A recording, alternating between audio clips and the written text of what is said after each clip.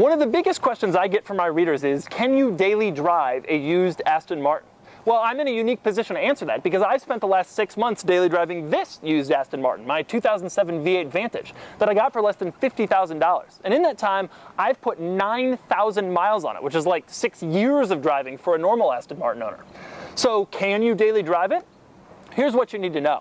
And for more information, click the link below to check out my column on autotrader.com/oversteer. Of course, one of the things people really want to know when they're talking about daily driving a car is whether you can commute in it. So I did something I haven't done for 3 years since I quit my job. I went into the back of my closet, I got out this wrinkly dress shirt, and I decided to go sit in rush hour traffic. Here's the answer to this question. This car is not the best commuter for 2 reasons. One is personal preference. I hate being in such a low car when I'm sitting in traffic. You're down low and you feel like you're actually a part of traffic. I like when I'm in traffic being in my SUV. You feel high, you feel above traffic. You feel like you don't have to worry about every little brake light that comes on. The other problem, this car's clutch is not at all smooth. In fact, it's incredibly heavy. In fact, I would say that the biggest difference between this car and the 911 is the clutch and shifter action. In the 911, the clutch is butter smooth. In this car, it is pretty hard to push down. Another issue, visibility could be better. The mirrors are really tiny. The rear deck is really high. And the roof is really low, which makes the car feel a little claustrophobic. In other words, it takes some time to really get used to the dimensions of the car. Another big thing people are implying when they ask if you can daily drive a car is whether you can take it to Home Depot. So I decided to take it to Home Depot. Okay, what we're looking for is big stuff. It's cheap. This is good. This is only $7.87. We should get one of these, don't you think? What about like this kind of stuff? Is this stuff cheap? $11.47 each? That's a deal. I don't even know what this is, but anytime you can get something this big for $11.47. This is $37? That's insane. No one would pay that for that little amount of thing. What is this? Electric water heater, $500. That's strong. That's not big enough to justify $500. If I'm gonna spend $500, I want to be a real honker. Do you think I can fit this in the car? You think you can lift it up?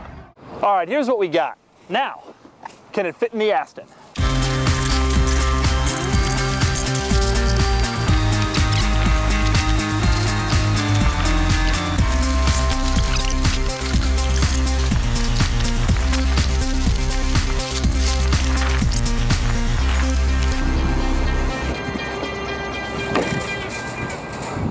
I guess it's a good thing we didn't get that hot water heater.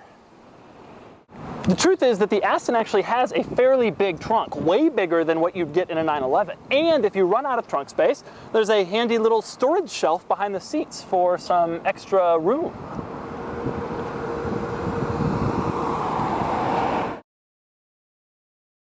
We'll start with scrapes. This car never scrapes on anything.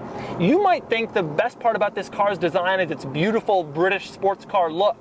But in reality, the best part of this car's design is its beautiful British sports car look on the outside, and somehow the fact that it also has the ground clearance of a Dodge Durango. For proof, here are a few sports car cringeworthy entrances the Aston goes over without a problem.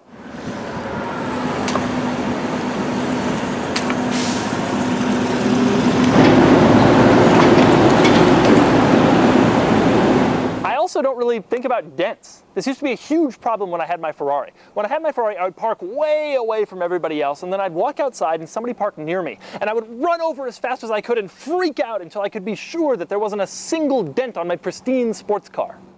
With the Aston, I've now hit 50,000 miles, which means that I think this car is worth under $40,000, which is what a Ford Explorer costs.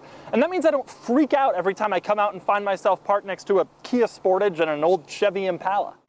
In fact, I treat it like such a normal car that I even take it to the normal car wash, because after all, it's just a car.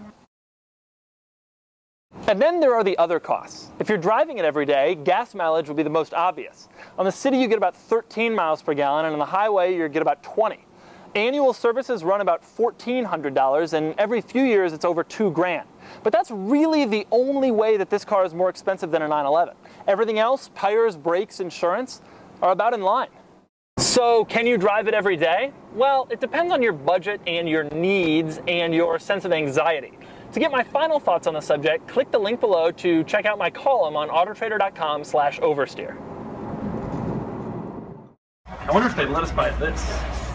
That won't fit in the car, but just to have.